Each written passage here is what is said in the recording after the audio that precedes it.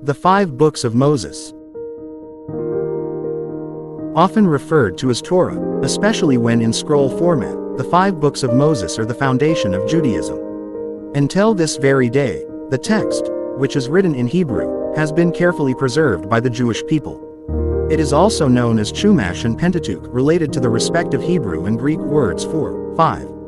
As their name indicates, the books were written by Moses, as dictated by God himself.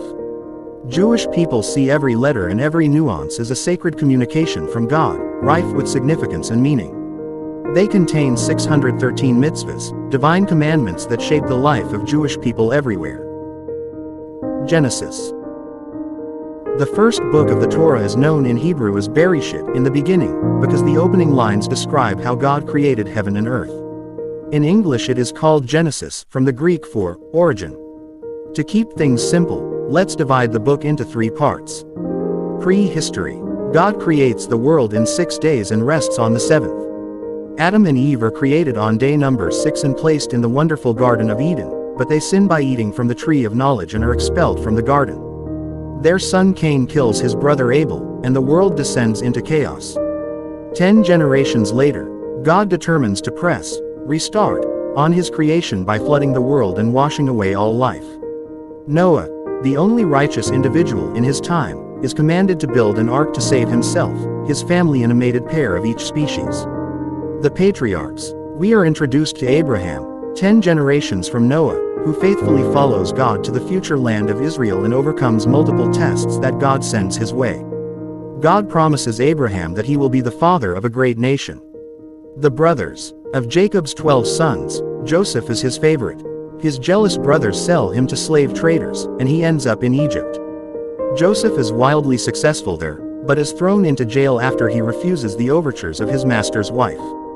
Joseph is taken out of prison to interpret Pharaoh's dreams, predicting years of plenty followed by a famine.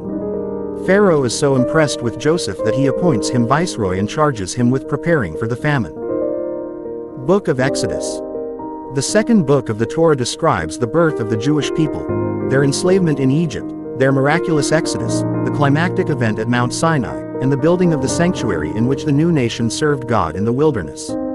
In Hebrew the book is known as Sefer Shemot, Book of Names, because it opens with the verse, "These are the names of the children of Israel." On a deeper level, this reflects the fact that it is the book in which our identity, name as a nation is forged. In English it is known as the Book of Exodus, because it contains the story of our leaving Egypt. Book of Leviticus. The third book of the Torah, known in Hebrew as Vayikra after the first word of the text, which means, "and he called," is also called Torat Kohanim, the teaching of priests, because so many of its laws revolve around the service and lifestyle of the Levite priests, descendants of Aaron. This is the source of its English-Greek name, Leviticus. Though sometimes viewed as a collection of arcane laws of animal sacrifices and ritual purity, Leviticus is very much valued in Judaism. In fact, traditionally, the first Torah verses that children learn are from Leviticus. We read in the Midrash, when we start the children with the book of Vayikra, God says, "Let the pure ones come and involve themselves in the pure laws, and I will consider it as if they brought a sacrifice before me." Book of Numbers. The book of Bamidbar, in the desert, gets its name from its opening verse, "And God spoke to Moses in the desert of Sinai." It is also known as the Book of Numbers, Shonsh ha-Pekudim, in Hebrew, because it begins and ends with a detailed census of Israel. As a sign of his love, God tells Moses to count the 12 tribes of Israel, with the assistance of one representative from each tribe. The total number of male Israelite warriors, excluding the Levites, is 603,550. God then tells Moses that the Levites are to camp around the tabernacle, surrounded by the rest of Israel. The Israelite camp is organized into 4 groups, one for each side of the tabernacle. Book of Deuteronomy. Nearing his 120th birthday, Moses, the wise leader of 40 years, gets personal with his flock, many of whom were not yet alive at the Exodus. Not just conveying messages from God, but talking to his people from his own perspective. The result? The Book of Deuteronomy. The 5th of the 5 books of Moses, the Book of Deuteronomy primarily contains Moses' last will and testament to the children of Israel as they are poised to enter the Promised Land. In Hebrew the book is commonly referred to as Devarim, meaning words, or things, based on the opening line, and these are the words that Moses spoke to the children of Israel.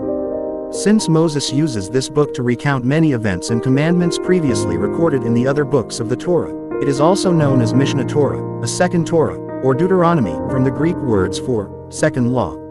Addressing the Jewish people, Moses revisits many of the high points and low points in the Jews' 40-year sojourn in the desert. He uses the opportunity to urge the people to follow the mitzvahs and live a godly life. Many mitzvahs and laws are also found here. Some are repeated from the previous books, others are taught here for the first time. Finally, Moses delivers an individual message and blessing to each of the tribes. The last lines of the book tell us of Moses' passing, and how God himself buried Moses in an unknown place on Mt. Nebo. Who wrote those last lines?